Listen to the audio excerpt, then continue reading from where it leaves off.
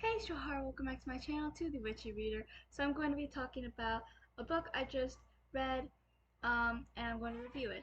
That is The Master of Night, second book in the Warriors of Bree series.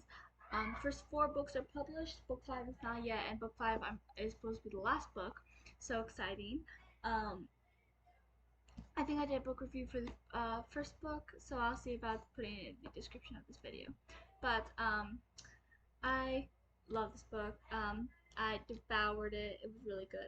I read like half of it today alone, and I barely put it down except for when I ate dinner, and I think a couple times when I was talking to my family or something. But I was pretty much reading it most of the day from after I woke up and ate, and I picked it up, and I've been pretty much reading it all day until I finished it.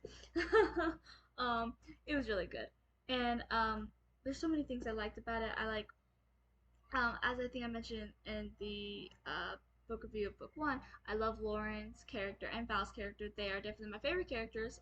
Lauren I might like just a little bit more, but Val's definitely a close second. And then I love their relationship as well. I love their how protective they are of one another, and how they try to help one another and save one another. And it's obvious that they um, have feelings for each other, but at the same time they can't be together. Like they're because he is the next king of Bria, and his and he's also technically betrothed now at this point. But I don't even think they fully realize that they have fallen for each other yet.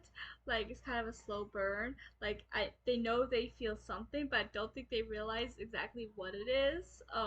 Or either even if they do, maybe they're just not ready to admit it. I can definitely see that, especially on Val's part. But they were just a lot of fun to read. One of my favorite scenes was probably when Lauren was kind of like minor spoilers, but not really much of a spoiler. But Lauren was kind of in Val's head, and they were talking, and he finally admitted that he doesn't want to be king, that he wants this suburban life and stuff. And they had this, and I think that was kind of also a love confession. Like I think at this point they finally admitted it, um, or were in an understanding at least. It's like Val so Lauren is kind of like an empath. She can sense things and feel things other people and stuff. And Val wanted to tell her something, and she's like, "You don't have to say it. I know." And it was kind of like an understanding that they both knew that they felt something for each other, even if they're not fully aware of how much they feel it. Um, but they also are aware that they can't really do anything about it at the same time. And their dynamic is just amazing and a lot of fun to read. Um, and I like Lauren's friendship with Vaden as well, and I like Vaden and Val's brotherly relationship. Like there's a lot of teasing and stuff, and it just feels authentic of siblings. But I like the journey, and I like meeting the new characters and the Master of Night, and I really love the climax. That was probably my favorite part. Um, other than that one scene I mentioned that I really did enjoy. The climax of the book one was very exciting as well, and there were high stakes in it, and there were high stakes for this one as well, and it was just really good. I don't want to spoil anything, but I just loved um, the full climax. And in this book, we also get the point of view of Valora. Is that her name? Um, she is Val and Vaden's little sister, and we meet her in book one, but we don't get much of her. She was only really in a few scenes, um, but we definitely, but we actually get her point of view in this book. While everyone else is away from Bria, traveling, trying to find the Master of Night, she is still in Bria, because she was not allowed to go. Um, but yeah, so near the beginning of the book is when they really travel. They had to convince the queen to let them go on this excursion because it was important not just for Lauren but for Bria because of what they needed to learn, and Lauren's skill might be the only way to save certain people and Bria as a whole. And so when something big happens at the palace, they finally was like, we have to go. There's no other option at this point. We have to find the Master of Night. We have to do this. So they're finally able to go on this mission to try to find the Master of Night.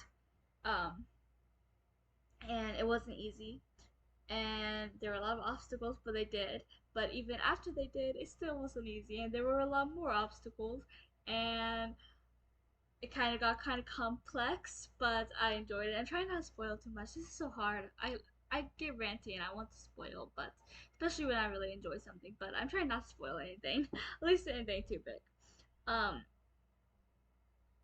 but I loved the book. It was just really good. And like I said, the climax was definitely my favorite. I loved how in books 1 and 2 there was like this huge high stakes sort of thing, and um and both times Lauren was kind of at the center. Like they could potentially lose her, and they had to try to save her.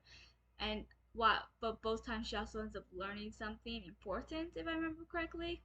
Um. So yeah, and um so it was just really interesting to see the high stakes this time around. Um, but I really like getting outside of Bria a little bit, learning of other um, cities or whatever in this world, seeing more of other people, and seeing that uh, Bria might have some enemies because Val and Vaden seem to have issues with the new people they met, and they had issues with Val and Vaden. And they seem kind of like enemies, like Bria, and I forgot what that place was called, but yeah. So that was interesting as well to see like outside of Bria, especially since this is about Bria, um, the world, and the pe- people from Bria. It was just interesting to get that kind of dynamic and to see outside of Bria, to see more of this world that isn't Bria, because Bria is like obviously a big part of it, the main part, but it was interesting seeing outside of it. And I'm kind of curious if they go back to Bria in book 3. I don't know. Because book 3 is called The Gods of Forgotten Things. So I wonder if they even return to Bria yet. I know I read the backs of these books when I bought them, or when my mom bought them. She bought me books 3 and 4 for my birthday. Um, so,